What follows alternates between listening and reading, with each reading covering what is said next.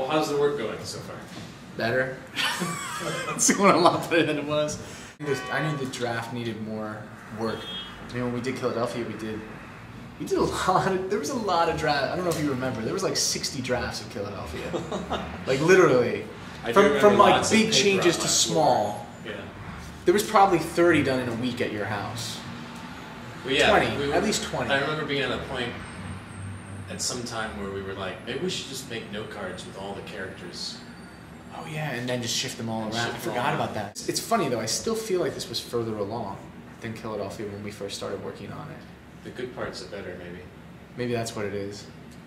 The raw material that's exciting about this. This is the exciting part for me actually a lot of times, is the figuring it out, like the puzzle piecing. Performing it will be fun. Doing it in Columbus will be fun. Having it be about my family won't be fun. I don't think right now, but there's a lot of character switch, which I think a lot of people get excited by, and it is fun.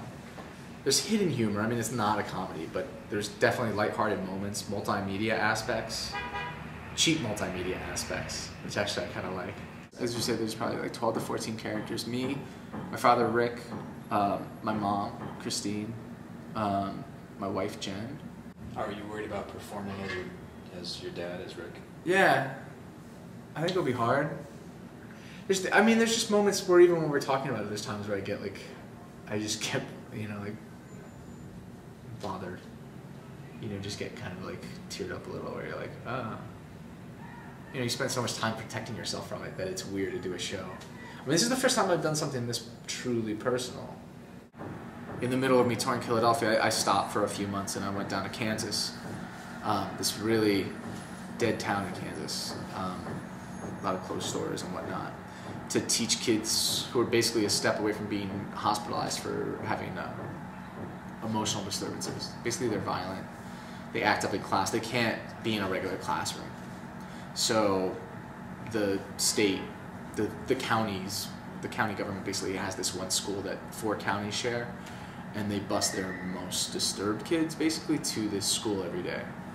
And it's a mix of ages. I think the youngest person there was like 6, and then the oldest was 21. And it's more of like a day treatment center than a school. Like they're taking classes and they're trying to keep up with studies, but it's as much about like learning how to actually just like cope with the world. You're always looking for your connection to this story. I mean, with Philadelphia, my connection was basically the same as the audience's, of like general interest, but very fish out of water. Very much like, I don't understand this world and I'm discovering it and I want to share it because it's fascinating. This one, like crazy, or just kids. I mean, the school that I was teaching at, I felt a relationship with a lot of the kids to some degree. Like, this one kid, Jericho, I just thought, he just reminded me of me when I was his age, like a little bit fat, a little annoying, kind of funny, smart, definitely like something's up with him where you're just like, why are you being a moron? Like, why can't you, like things I heard very often of like, why can't you like reach some level of potential? Like why are you screwing up? I used to hear that all the time. It was like, you're really smart, why are you only getting this types of grades? Why are you acting out in class? What's your deal? And this kid was really like that. And I think in thinking about him and thinking about that school, I started thinking about like, what are the causes? Why is this kid like this? And his family life was a big one. So I started thinking about Rick, and I think that's when Rick... And then you and I started talking. We would go on those walks in Iowa. So the kids that I taught are in the piece. Teachers at that school are heavily in the piece. So it's a lot of my own personal life, but how I was dealing with my father getting sick and my past with him, which was not great.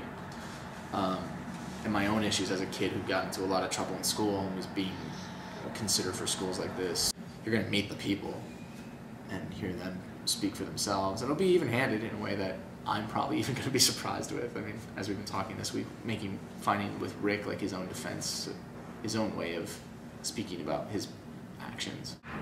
You know what? What's really good about it, if anything, is like, I think I've always, because of this, been somebody who's actually been like really uncomfortable writing from a personal place, which is like the complete opposite of what people think about with writing. People are always like, you write what you know, like that's the cliche. A lot of what I was writing about would be stuff about me in an abstract way, like political thoughts I had or moral, ethical things I was questioning, but they were always like large scale, like child war, Iraq war, like And I was not usually even with the solo stuff, it's funny, I'm in them. And my experience is a big part, but it's not like a personal story. It's not like how I'm dealing with a relative who's in prison. I hope you come out and see Just Kids at Available Light Theater. It opens January 13th, and it's always a joy to come back to Columbus. The audiences are my favorite.